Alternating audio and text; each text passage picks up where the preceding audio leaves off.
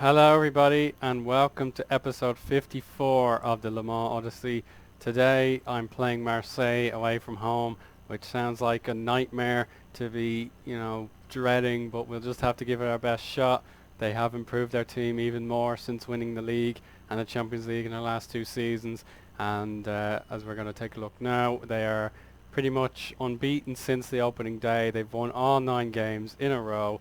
And as for us, we're in a very promising fourth position. We've broken away ever so slightly from the mid-pack, but we have to keep working our backsides off if we're going to stay there.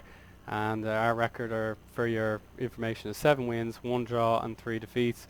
And Zhang Suesi is one of the top 4 players on average rating in the league, so that is something to be exceptionally proud of.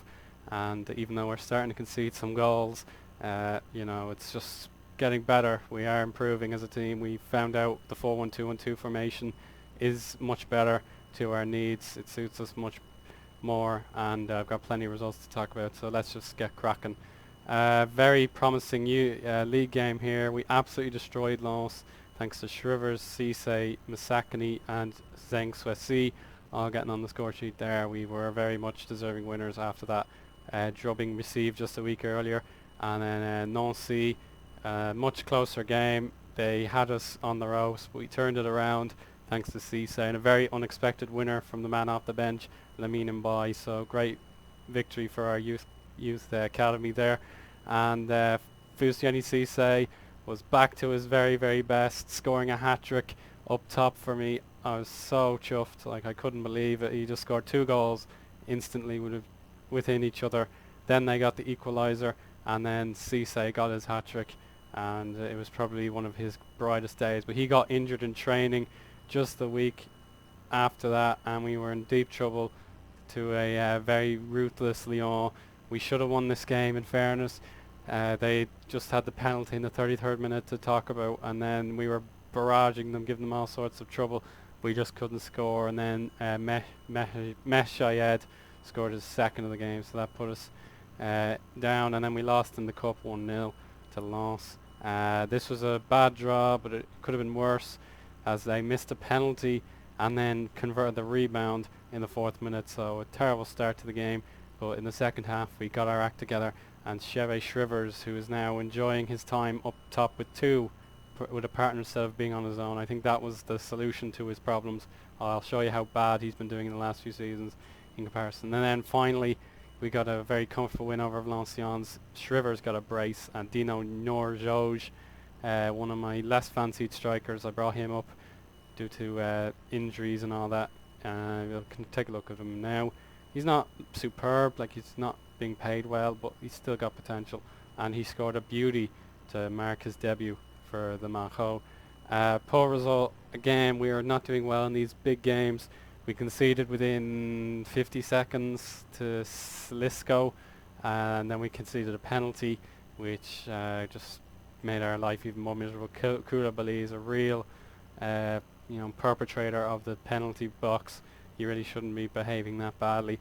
Rani got one back, and then they got a 3rd goal in the 60th, so that was that. So show a big game. It was a big test against a team that could have caused us problems, and yet again we fell behind. We got an equaliser through Darad. He's got a beautiful header, and then Mbai scoring again in the 70th minute, and then a more comfortable victory last time out against Evian. It was an early red card for Koulibaly after Zhang Suesi got himself sent off. We were all over them in the first minutes, and then finally we got 2-0, game over. Yeah, so I'll show you Shrivers now, actually, how our goal scorers are doing. He's pretty much improved overnight thanks to me changing formation. Let me just see here. So appearances, Suesi, Yamayogo and Bernardo have been pretty much unmissable first team players. I've had to play them every game, and fair play to them. Omrani, Shrivers, Eddie Carlos, Koulibaly, Ali Bamba, Misakni, Mbai, and so on and so forth. Goals, Shrivers and Cisse are tied at the top, but of course Cisse is just returning from injury. Here we go, here's Shrivers' record now. So he scored 5 goals for the first time since his wonderful debut seasons, where he got over 40 goals in just roughly about 70 games, which is a fantastic record. for such a mid-table team back in the day. But then I started playing him less frequently, particularly off the bench. He only scored 4 goals that season, 5 goals that season, and 3 goals last season. And so his contract was going to expire at the end of this season, but I decided to renew it because he didn't want to take a rise, and he's starting to repay my faith at long last. So great job to him. Swessy is third on the score sheet with 3 goals, and Mbai has 2, and then 4 more guys have 1 more goal. So we're kind of struggling in that department, but I have the big game against the almost undefeatable league champions Marseille. You have to look at some of these guys they've got Fierro, who's an utterly incredible player. We all know that, and he signed a big contract to join Marseille. They have Saucedo, who's a great new gen. We know about Ayew, Ince, Capoue, etc. They have this guy here. He's fantastic. Carragher at centre back. He's only 19 and he's absolute. My God, I've never seen him before. He's absolutely brilliant. They've Socrates, they've Nkulu, Mandanda, Haris Seferovic. You may remember him scoring a hat-trick in 6 minutes against me, and he's relegated to the bench, would you believe? And they just have a phenomenal team, and we have to find some way of relegating them to a defeat for the first time since the opening day. Montpellier have just beaten PSG, which is very good for us. So an unlikely win here will get us tied with Augs there on 25 points, but Lyon will probably take full advantage. And we've only beaten them once in 13 attempts, which is really dire to say the least. They haven't scored too many Liga goals, but it doesn't matter because they're so dominant. They probably spread them all around the team. So there's my starting 11. For the first time, I'm playing a 4-2-3-1 with a central defensive mid instead of an attacking mid, because Jordan Martin has had an excellent season. He's growing by the bucket load in terms of attributes, and he's looking very promising indeed. And Mahodo will help us with set pieces, and Jose Adi Carlos is the mean green tackling machine that we need in the middle of the park. So Cisse makes his big awaited return. He's the only man who will suit our tactics today. We'll need to lob all those crosses in, try and get them into the back of the net. You know, it's just one of those things. We really want to get a win in a livecom against Marseille. I really do not like these guys. They are some of the best, one of the best AI assembled teams in probably FM history. It's just incredible when you compare it to real life and their struggles in that regard. So Cisse will be our target man. We'll go shorter today. I'll leave that one. We need to man marking and drill crosses, and yeah, okay, that'll do. Ince, Saucedo, Fierro and Chantome will be players to look out for, and Andre Ayew is actually playing in centre mid, and Nkulu is also playing centre mid. That has to be something to exploit, because Capoue must be injured or something. Is he a natural midfielder? No, we'll have to take advantage of that now. We'll pack the midfield and hopefully humiliate these guys on their home patch, and we'll have to give it no pressure. We have Koulibaly suspended. He got a red card. Very naughty tackle, as I mentioned in the Evian game. He must have elbowed the guy, I remember.